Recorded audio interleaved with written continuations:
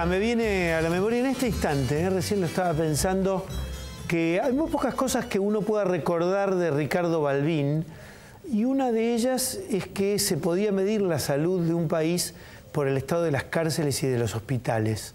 Me viene a la memoria porque uno piensa en Ricardo Balbín y piensa en alguien que no es precisamente la imagen del campo nacional y popular, no es la imagen de un demócrata comprometido en los años donde hubo golpes, ¿no? Más bien se lo recordaba a Balbín como alguien que iba a la puerta de los cuarteles. Sin embargo, dijo eso. ¿Por qué me viene esto ahora? Lo que pasó en el Borda hace unos días, 10 días, 12 días, de acuerdo a cuando vea usted este programa, es de una gravedad tremenda, pero no solamente institucional en el sentido de lo que puede pasar con el PRO políticamente, es de una gravedad porque tenemos que mirarnos y tratar de entendernos qué pasó, qué venía pasando en el Borda. Tengo 7 invitados, algunos de ellos con 25 años de trabajo, algunos de ellos con 29 años de solidaridad en el Borda. Vamos a ir presentándolos. Jefe de servicio con 26, Guillermo. 26 años. 26 años. Te presentaste a concurso para ser jefe de servicio, es decir, sí, vos trabajaste como psiquiatra durante muchos años, te presentaste a un concurso y hace ¿cuántos años? 7 años que sos jefe de servicio. 7 años que estoy a cargo de un servicio de internación en el hospital. Bien, Guillermo, vos el viernes estuviste, este viernes 26 a la mañana, llegaste al hospital sabiendo que ya estaba la metropolitana. No sé si sabías que tiraban balas de goma. Sí, sabía que estaban reprimiendo porque me llamaron pacientes angustiadas pensando que me había pasado algo. Yo les dije que no. Me llamaron a las 8 de la mañana. Yo el viernes entro a las 10:30 de la mañana. Ese es mi horario. A las 10:30 estaba, fui al servicio, atendí a los pacientes, los contuve porque estaban extremadamente alterados y consternados. No entendían por qué la policía estaba ahí, qué es lo que estaba haciendo, por qué estaban pegando, por qué se peleaban. Los dejé en el servicio tranquilos, sabiendo que estaban buscando reprimir, que no fueran al cordón policial, y yo fui a ver qué pasaba, porque es mi responsabilidad, son mis pacientes, es mi casa de hace 26 años, es la casa de los pacientes, es la casa de los vecinos también. Los vecinos participan del hospital, es un hospital abierto a la comunidad, es de los hospitales psiquiátricos más abiertos a la comunidad en el mundo. El 80% de mis pacientes tiene permiso de salida. Hay un solo servicio que es cerrado, que es el 30. Los 800 pacientes, 700, 800 pacientes del hospital pueden entrar, salir y convivir en comunidad. Dentro de un rato, Guillermo, vamos a volver sobre lo que significa para un médico psiquiatra trabajar en el Borda. ¿La entrada del Borda está por la calle Ramón Carrillo? Ramón Carrillo 375. A la vuelta está la calle Suárez, ¿no? No, Suárez está al fondo. Al fondo. La que está al costado, digamos, la que da al fondo del Borda es Pedriel. Pedriel y Alcorta. Por Pedriel entró ese día la metropolitana. Sí, ese día y el 8 de agosto tirando abajo el portón. No, todos te conocen y sobre todo estos días como dirigente gremial. Vos sos alguien que trabaja en equipos interdisciplinarios y tenés una formación. Sos psicólogo social. Soy psicólogo social, tengo 64 años, entré a talleres protegidos cuando tenía 22. Me echó la dictadura porque era secretario general de la Comisión Interna en el 76. Fui al destierro, volví y fui a pedir la reincorporación y fue reelegido nuevamente a ser secretario general de la Comisión Interna.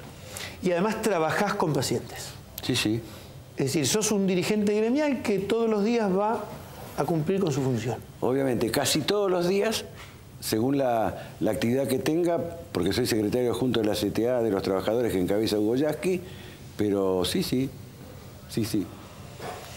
Marcelo, el domingo posterior, el 28 de abril, te conocí allí y yo estaba abrumado mirando los hierros y en un momento vos te me acercaste y la verdad te agradezco porque en ese momento uno, pese a ser periodista, le falta esa iniciativa de acercarse a otros. Quizás el lugar también es un poco inhibitorio. ¿Recordás ese domingo? Sí, lo recuerdo perfectamente. Durante el día había estado mirando en el Facebook a ver qué novedades había y encontré distintas convocatorias de chicos que se juntaban en el taller 19 y si bien no había ninguno de mis compañeros que se encontraba porque estábamos bastante desorientados por lo que había ocurrido, tenía la necesidad de ir. Y bueno, cuando llegué estaba la destrucción que ambos pudimos observar.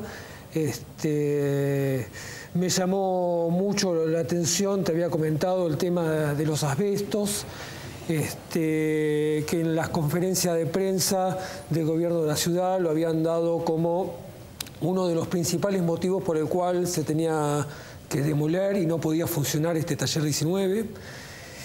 Y bueno, me mostraste vos ahí mismo un techo, sí, ya del lado del hospital, que tiene asbestos, y me contabas que en las cañerías hay asbestos. Bueno, y en toda la ciudad. En toda la ciudad hay techos, chapas de fibrocemento que contienen asbestos, y yo te contaba que con ese criterio tendrían que estar las topadoras al otro día en todos los edificios gubernamentales, porque todos están en las mismas condiciones. Es más, las cañerías de calefacción de las viejas calderas están en condiciones de mayor deterioro, y esas hasta el día de hoy se siguen observando en muchos lugares a la vista. Sin embargo, las topadoras estaban en el taller 19.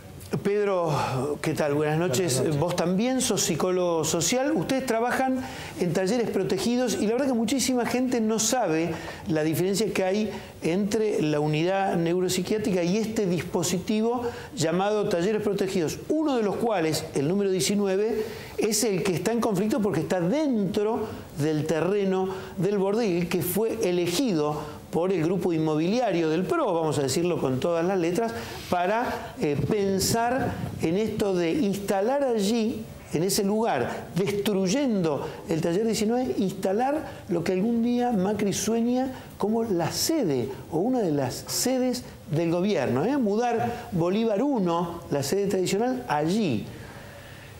Yo, por respeto a los locos, no digo que es una locura. En realidad sí, es una locura criminal. Por eso hay que ponerle el calificativo. Nosotros somos una institución de salud mental, de rehabilitación y salud mental, que la misión principal que tiene es la socialización de pacientes con problemas psiquiátricos, y a través de una terapia que está orientada al trabajo productivo, se va creando un vínculo entre los pacientes, entre los trabajadores y los pacientes, que va facilitando que el paciente vaya adquiriendo hábitos sociales y posibilidades de rehabilitarse y de reinsertarse en la sociedad. Este taller 19, que ha sido el blanco del gobierno de Mauricio Macri, cumplía la función de rehabilitar a pacientes a través de un trabajo productivo. Está inserto dentro de los terrenos del Borda justamente porque es un taller intrahospitalario que permite acceder a este tratamiento a los pacientes que por su cuestión judicial o su cuestión clínica no pueden salir a la calle en este momento. Entonces los pacientes son derivados por los distintos servicios del Borda y hacían el tratamiento de rehabilitación ahí en este edificio, que hasta el 8 de agosto o unos días antes, en julio, fue cerrado por la Dirección de Talleres Protegidos con la excusa de que no estaba en condiciones edilicias de seguir el tratamiento. Eso es una cuestión muy discutible porque el edificio estaba funcionando perfectamente y realmente, sacando el tema del asbesto, que era muy fácil de resolver, el edificio estaba en condiciones de brindar todos los servicios que brinda Talleres Protegidos, con los distintos oficios que ahí se enseñan. O sea que no tiene explicación el que lo hayan derrumbado. Jorge, buenas noches. Me decías hace pocos días que hay lugares en la ciudad de Buenos Aires donde hay tuberculosis. Enfermedades que uno cree que están desterradas o que pueden darse en lugares recónditos del territorio argentino. Vos me decías, en la ciudad de Buenos Aires hay tuberculosis. Yo pensaba ¿Cuántas cosas pasan en materia de enfermedad y salud? El otro día me explicabas tan bien que a veces llamamos salud y nos referimos a la enfermedad y viceversa. ¿Cuántas cosas forman parte de la enfermedad de esta ciudad de Buenos Aires? Bueno, la ciudad tiene numerosas enfermedades que son, muchas de ellas obviamente afectan a los sectores más pobres de la ciudad, especialmente en los que viven en villas, cercanos al riachuelo, pero enfermedades que son transmitidas por roedores, como la leptospirosis, que es una enfermedad que si no se trata es grave, puede provocar una insuficiencia hepática, renal. Eso todos los días hay una cantidad enorme de pacientes que se ven en el Muñiz.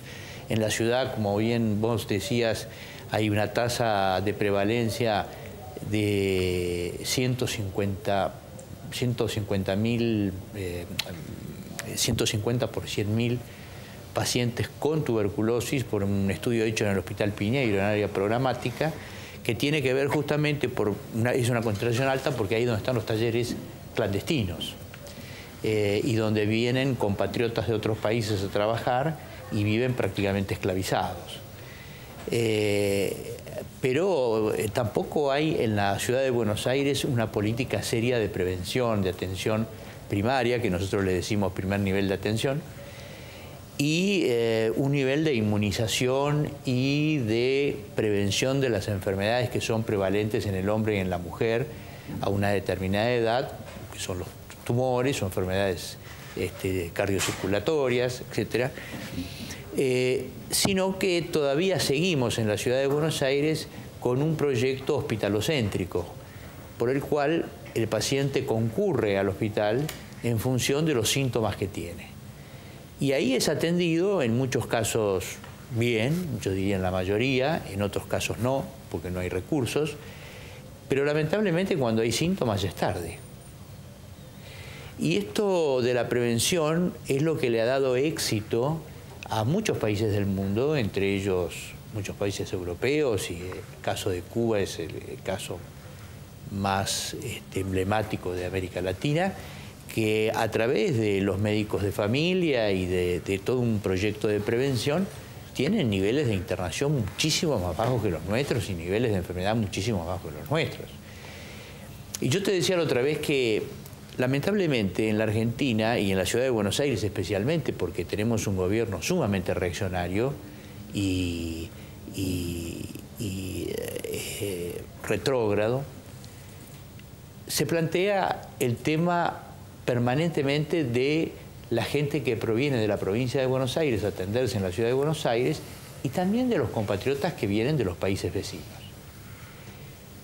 Pero la verdad es que gracias a un proyecto del ex presidente de Venezuela, el comandante Hugo Chávez, gracias al gobierno de la República de Cuba, a Raúl Castro, y gracias a Evo Morales, presidente de Bolivia, se construyeron en la frontera con Argentina 2 hospitales, uno de los cuales está en Yacuiba, donde se atienden numerosísimos argentinos y donde se realiza la famosa Operación Milagro, que es aquella que trata la insuficiencia visual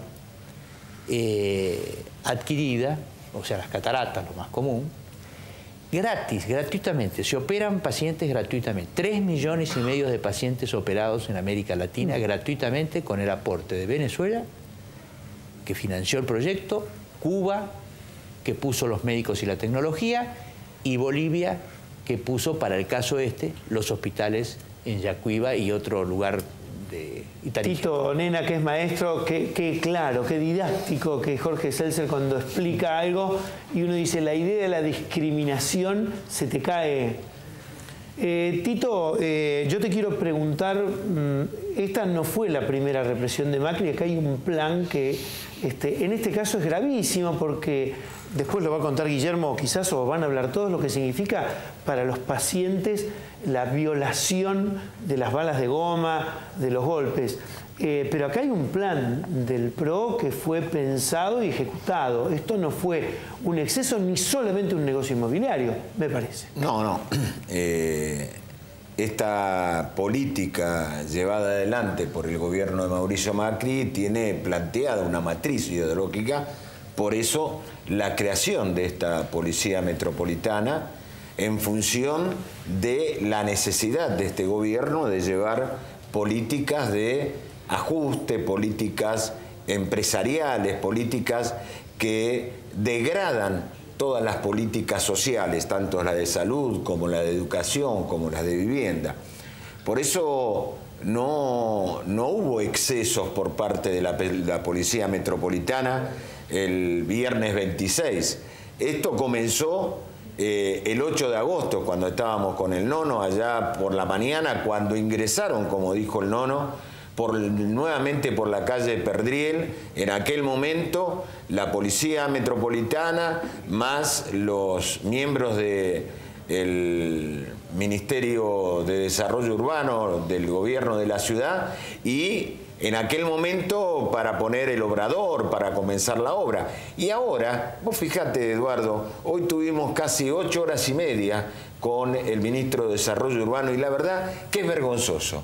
La verdad que uno sale de ahí. Yo le pregunté concretamente al ministro de Desarrollo Urbano, respecto, lo que estaba planteado en lo que son los terrenos del Hospital Borda.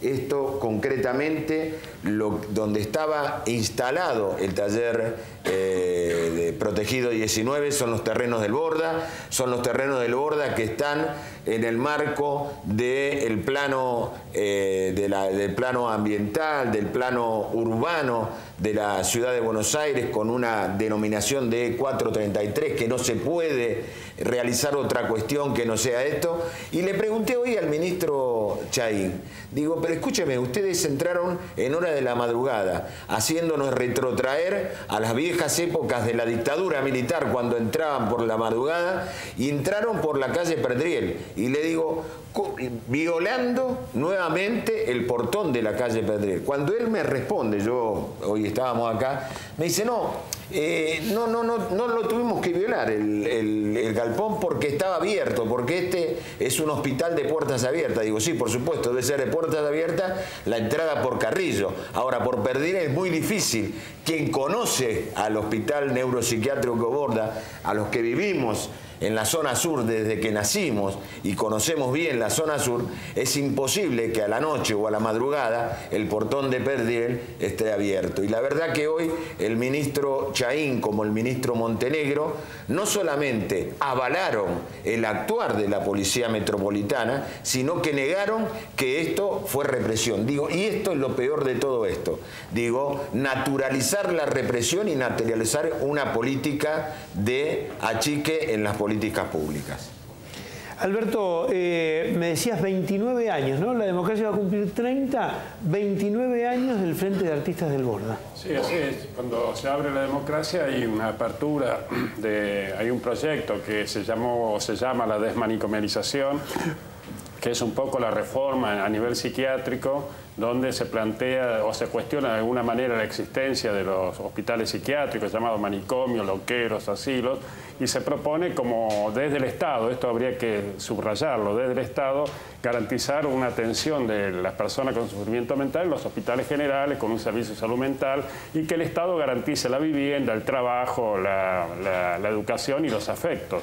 Desde el Frente Artista del Borda repudiamos lo que pasó ese viernes. Yo estuve también presente y creemos y estamos de acuerdo, estoy de acuerdo totalmente con lo que dicen los compañeros acá, que hay que defender el hospital público, pero creo que también habría que poner sobre la mesa este debate, la existencia de los hospitales psiquiátricos. Cuando digo hospitales psiquiátricos no me refiero solo a los públicos, me refiero también a los privados, que son más siniestros o peor que los públicos. La ley nacional... Te interrumpo porque hay una cosa que a mí me preocupa muchísimo, que es que cuando uno conoce a alguien que tiene recursos, hay una cosa vergonzosa de decir, no, fulano de la familia está en tratamiento psiquiátrico, y se lo trata de mantener guardado. Sin embargo, uno al Borda puede entrar realmente y es un lugar común. Sí. ¿No? La diferencia es tan grande entre guardar a un loco en el ropero y tener que el grupo familiar, los amigos, los artistas, hacerse cargo de que todos, que es un lugar donde uno puede entrar y salir, no, y nos puede tocar, ¿no? Sí, sí. Tenemos que ir a un corte. Yo le quiero decir que usted dirá, bueno, pero son todas voces consonantes, no hay ninguna voz disonante. El equipo de productores de este programa intentó llamar a casi todos los legisladores del PRO. Es cierto que estaban en sesión, pero bueno, también estaban Jorge y Tito en sesión. Varios de los compañeros que están acá estaban en sesión. Uno solo de los legisladores, no lo voy a nombrar, sino va a aparecer el del PRO bueno, pero no es así. Uno solo podía, pero no podía a esta hora. Los demás prefirieron no venir. Hubiera sido extraordinario poder intercambiar. Muchas veces reclaman debate quienes están desde lugares del establishment, la flema. Bueno, hubiera sido extraordinario. Ojalá alguna vez podamos encontrar las voces disonantes. Tenemos que ir a un corte. A la vuelta vamos a tratar de entender en qué tipo de sociedad vivimos y cuáles son los dispositivos que Macri trató de zarandear. A ver si lo logró. A lo mejor lo logró, ¿eh? No siempre les va mal con estas cosas. Después del corte seguimos con los 7 invitados.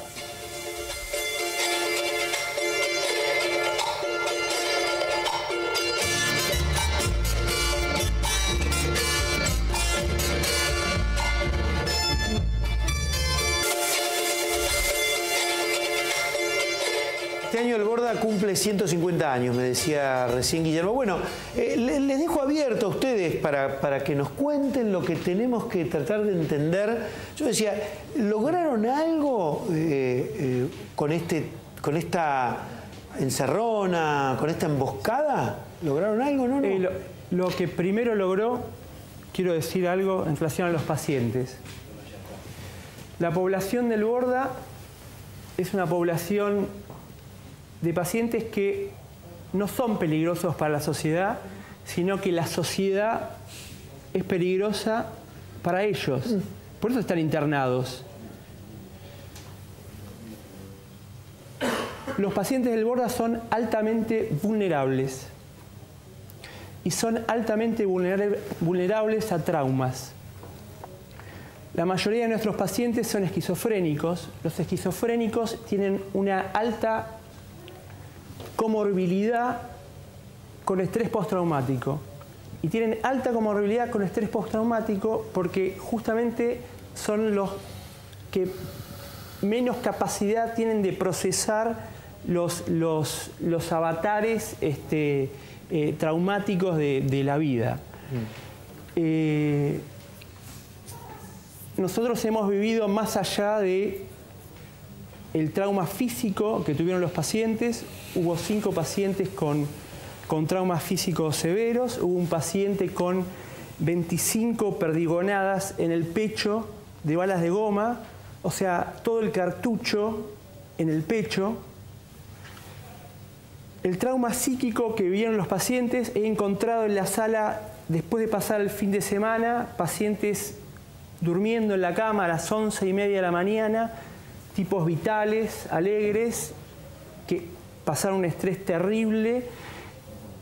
Y eso fue por la represión que hubo en el hospital, fue por lo traumático, fue por la imprevisión, fue por no tener en cuenta que hay enfermos. Es inaudito. Nunca se vio una represión en un hospital psiquiátrico en Latinoamérica y en el mundo. Debe ser la primera represión en un hospital psiquiátrico que se ve en el mundo. Te agrego a esto que dice Daniel. ¿Qué pasó después con la solidaridad? ¿Cómo se comportó esta clase media porteña que ya es casi un paradigma de no me meto? ¿Qué percepción tenés? Mira, yo creo que cualquier ciudadano democrático, sensible, sea del partido que sea, frente a esta barbarie, que es un acto criminal, sobre todo un acto criminal con aquellos que tienen problemas en el alma y que son los más vulnerables. Porque los pacientes sufrieron 3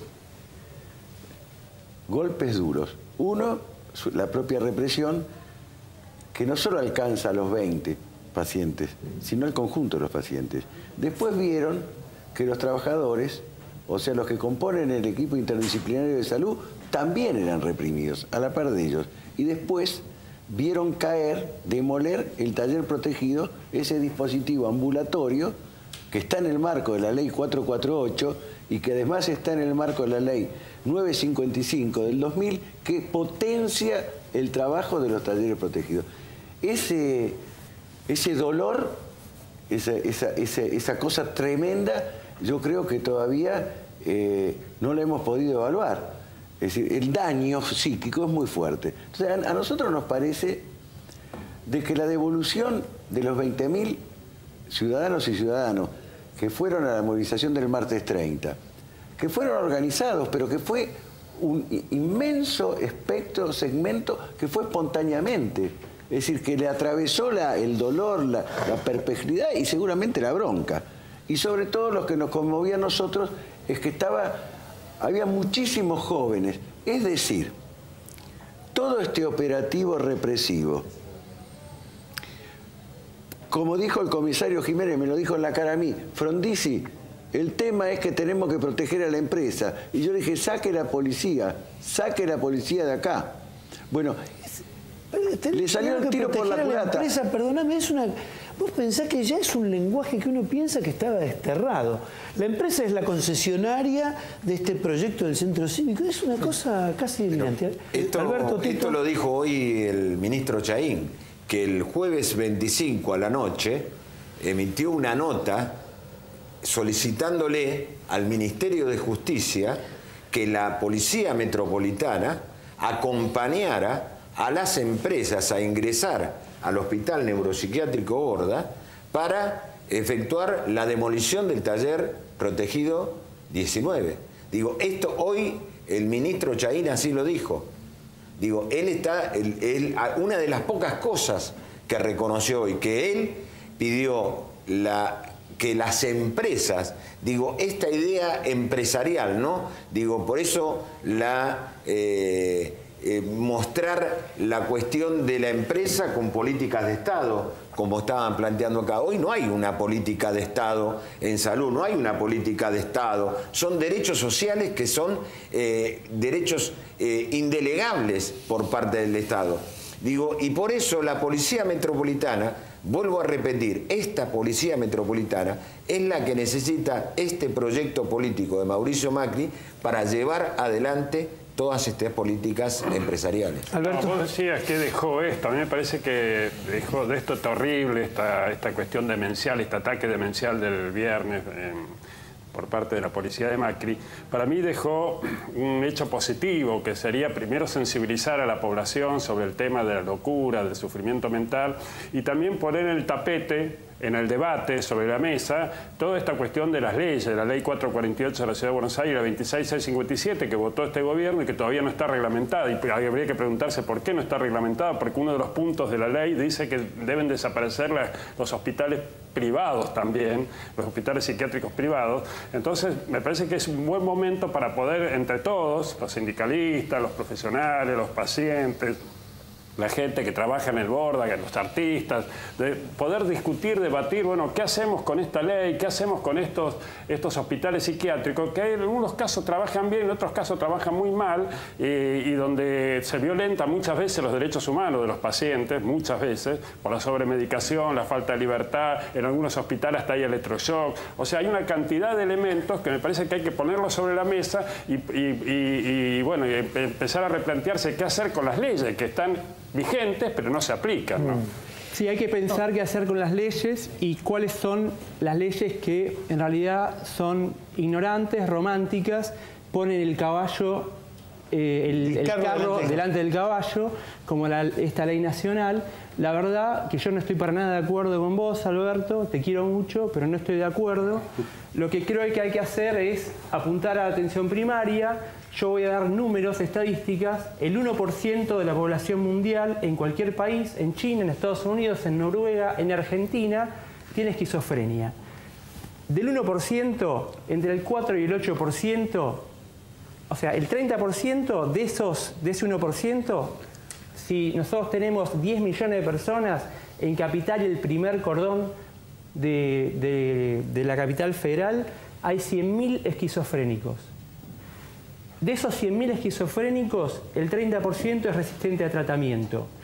y de esos 100.000, entre el 4 y el 8% es resistente a todo tratamiento. Entonces hay entre 4.000 y 8.000 pacientes esquizofrénicos en Capital Federal y el primer cordón del conurbano sin atención. El Borda tiene 1.000 camas, el Moyano tiene otras 1.000 camas. Camas privadas hay alrededor de 400, 600. Y eso es porque no hay una política nacional No de hay salud política mental. nacional de salud mental, no hay política en la capital de salud mental. Entonces, lo que hay que hacer es atención primaria, pero el problema de la atención primaria es que el recurso humano es saturable en salud mental. Nosotros trabajamos con la palabra. Y Jorge, hablando de la palabra, Sí. vamos a tratar de distribuirlo un poquitito. Ese es mi rol acá. Jorge, Dale. querías decir algo. No, yo pienso que, digamos, coincidiendo con lo que dice el doctor, Yo no. hay política de salud. El sistema tiene una política de salud, que es la no política, justamente. Claro. La ciudad de Buenos Aires, mire, antes de que yo ingresara ya a la legislatura, había sido elegido diputado, me encontré con el primer conflicto que fue el cierre del Hospital La Iglesia. En la iglesia. En la iglesia, donde nosotros evitamos entre todos su cierre. A partir de ahí, en la ciudad de Buenos Aires hubo conflictos, yo le diría, en casi todos los hospitales. Y tenemos problemas en casi todos los hospitales. ¿Por qué? Porque la política de Macri es clara. Macri considera que quienes necesitan el hospital público no son su clientela política.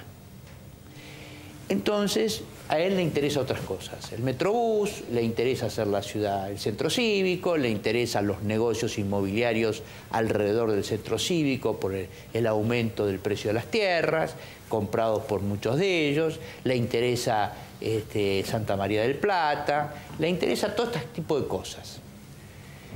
Pero no le interesa la salud pública. Entonces, por esa razón, uno de los hospitales más castigados es sin duda el Borda y el Moyano. Perdóname, recién Daniel nos decía... Guillermo, nos decía que hay muchos pacientes del Borda que tienen tuberculosis y SIDA. Sí, claro. Es decir, que estamos hablando de una población que además de ser vulnerable psíquicamente, es vulnerable socialmente. Pero por supuesto, por supuesto. Y además de todo eso, tampoco hay dispositivos para aquellos pacientes que logran superar su problema y quieren reinsertarse en la sociedad. No, yo quiero decir algo. Primero, hay una política de la derecha, de la reacción y del neoliberalismo de destrucción del hospital público. Punto. Dos, hay instrumentos como la Ley de Talleres Protegidos y la 448, que están aprobadas y reglamentadas, que no se ponen en funcionamiento y que tienden, como es la tendencia mundial, a los dispositivos ambulatorios. Es decir, aquellos que vayan cercando la política asilar y permitan la resocialización de los pacientes. Nosotros, como trabajadores, hemos propuesto, si nosotros no solo resistimos propusimos un hostal de medio camino para adentro del Borda, un lugar de alimentación tipo mesa universitaria como hay en el país para que los pacientes puedan comer bien. Planteamos extender los laboratorios, planteamos extender los talleres protegidos, hay una ley de talleres protegidos, hay todo un dispositivo que son los anticuerpos de la institución manicomial, que son la Colifata, el Frente Artista, la Cooperanza, el Centro Cultural, el Pan del Borda, los talleres protegidos. Es decir, que hay construido una trama que no plantea una falsa dicotomía engañadora. Ninguno de nosotros quiere que se cierre el hospital, que quede claro. Nosotros defendemos el Hospital Borda en términos de hospital. Hay una ley que dice que se deberían atender pacientes en el resto de los hospitales de la ciudad de Buenos Aires. Entonces, poner en contraposición esta mirada, que además tiene que ver con la mirada nacional, y nosotros formamos parte, junto con el CEL y un montón de organizaciones, para que se reglamente la ley nacional, Entonces, no pongamos falsas antinomias. Ninguno de los que está acá sentado quiere que se cierre el hospital. Lo que estamos discutiendo, o lo que estamos planteando, es un debate profundo acerca de cuáles son los instrumentos de sanación para esos ciudadanos. Y además digo, un paciente es emergente de una familia enferma. Claro. Es digamos, el alcahuete, como me enseñó Alfredo Moffat a mí, de una familia enferma. Es decir, que el trabajo y el abordaje tiene que ser desde ese lugar. Este es el debate, no es otro el debate. Todos esos grupos que vos nombraste, alternativos, no pertenecemos al Bordo, o sea, no somos parte del Bordo. El Bordo no nos reconoce como un elemento, como una organización. No tenemos sueldo, no tenemos elementos, no tenemos recursos. Ni la Colifata, ni el Frente Artista, ni Pan del Borda, ni Cooperanza pertenecemos orgánicamente a la institución. O sea que el gobierno de Macri tampoco nunca apoyó este tipo de experiencia. Estamos a pesar de la institución. No es para mí son anticuerpos, lo que dije. Salen para mirar críticamente. Marcelo, Pedro, voy a otro costado. Y ustedes son trabajadores y estarán preocupados por la situación de lo que puede hacer Macri en una campaña electoral. Es decir, si esto lo va a tomar como un pivote de campaña o va a decir, no, me salió mal, tengo que esperar a después y el 28 de octubre vuelvo con la topadora. ¿Qué percepción tienen ustedes y de qué tenemos que estar enterados en toda la Argentina y no solamente en la ciudad de Buenos Aires? Porque lo que decía el Nono recién, es una familia, una sociedad y no un distrito. Esto es algo que nos involucra a todos. Bueno, lo primero que me aparece a mí, que me generó mucha impotencia, es ver en los medios de comunicación que nos presentaban este hecho diciéndonos que nos habían construido un taller alternativo. Y ustedes saben, o por ahí la comunidad no lo sabe, mejor dicho, que el taller 19 tenía como característica recibir pacientes intrahospitalarios, los que no podían salir del hospital, como bien lo explicó el Nono. En primera medida, este taller que dicen que inauguraron, desde el día que lo inauguraron no está en condiciones de recibir pacientes del hospital porque físicamente no tiene la conexión. Es decir, que ese dispositivo cesó desde el momento que cesó el taller 19 como dispositivo terapéutico dentro del Hospital Borda. Esa es la primera mentira. Y la segunda faceta de esta situación es que el lugar donde eligieron refaccionar este taller no reúne las condiciones para trabajar con pacientes. Porque nosotros el trabajo es la herramienta de abordaje y en ese trabajo la palabra juega un rol fundamental. El ruido que hacen las máquinas, la acústica del lugar, no permite trabajar. Nosotros prendemos las máquinas o prendemos los extractores de aires, porque hay que decir que esto está en un segundo piso y tiene una losa que cuando la temperatura ambiente es caluroso, no permite acústica para comunicarse a 2 metros de distancia. Entonces es una operación de prensa que nos digan que nos construyeron un taller modelo. Marcelo, quedan 5 minutos. Yo propongo un tema, quizás haya muchísimos otros. Tito, te lo digo, en este juego especulativo que muchas veces la política se hace con oficio y con algunos consejos del viejo Vizcacha.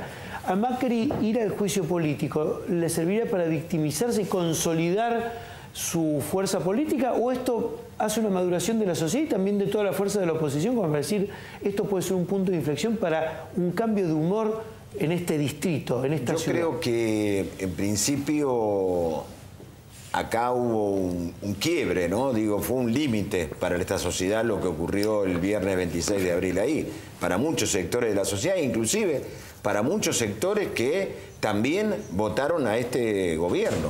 Digo, porque es un límite volver al pasado.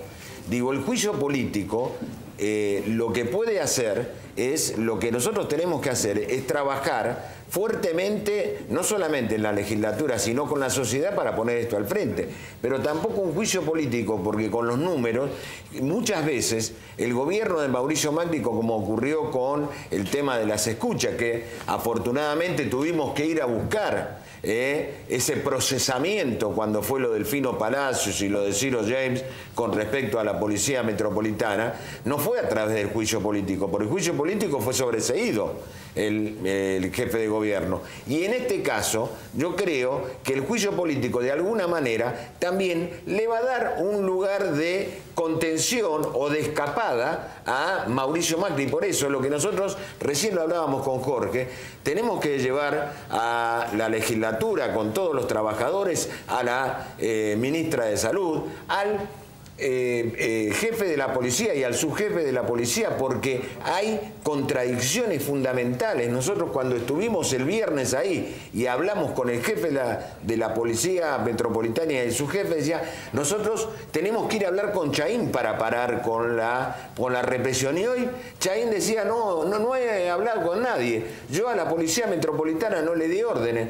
Digo, esto es lo que tenemos que profundizar y lo que la sociedad también debe ser protagonista para cambiar esto. Digo, el juicio político, desde mi punto de vista y desde el punto de vista de muchos compañeros, es también tratar de lavar las culpas, porque cuando dice, bueno, se sobresee, ¿quién tuvo la culpa? Acá nosotros creemos que los culpables son Montenegro, Chaín y en Macri, como lo dice la causa penal que inició el asesor tutelar Gustavo Moreno, sí, que es el responsable de los 770 pacientes del Borda y que lo denunció por juicio penal por mal desempeño de la función pública. Pedro, nos quedan unos minutitos.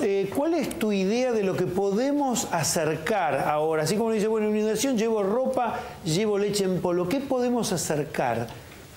Yo creo que primero lo que hay que acercar es una opinión bien clara de lo que pasó en el sentido de una condena pública, porque en definitiva lo que se ha hecho es destruido un edificio en donde se atendía pacientes y eso va en detrimento de la salud pública. Por lo pronto eso, y después creo que, bueno, en la medida que la gente vaya tomando conciencia de que esto es necesario, no solamente para la gente que está en el Hospital Borda o para la gente que tiene la enfermedad declarada, sino para toda la sociedad, porque en la medida que se vaya destruyendo la salud pública, nadie va a tener atención en la ciudad. O sea que yo creo que en eso la sociedad tiene que tomar conciencia de que esto es de ellos, no es un problema de Talleres o del Borda personal. Y quiero agregar una cosa más.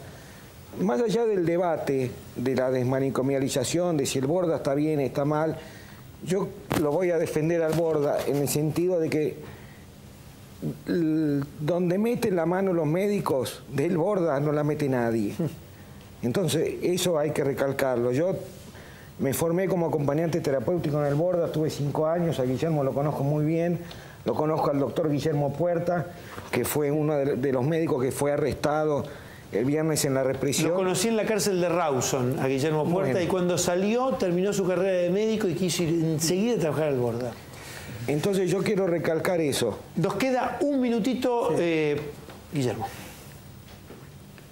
La gente tiene derecho a enfermarse. Así como tiene derecho a enfermarse, tiene derecho a que la atiendan. Y tiene derecho a tener un taller en donde ganar habilidades sociales y laborales. Y tiene derecho a tener una cancha de fútbol en donde jugó por primera vez Pichón Rivière con los pacientes con fines terapéuticos. Los pacientes tienen derecho a tener espacio verde. ¿Por qué quieren usurpar el espacio verde de los pacientes psiquiátricos del Hospital Borda? ¿Por qué no lo hacen el centro cívico en cualquier otro espacio verde de la ciudad, del sur de la ciudad?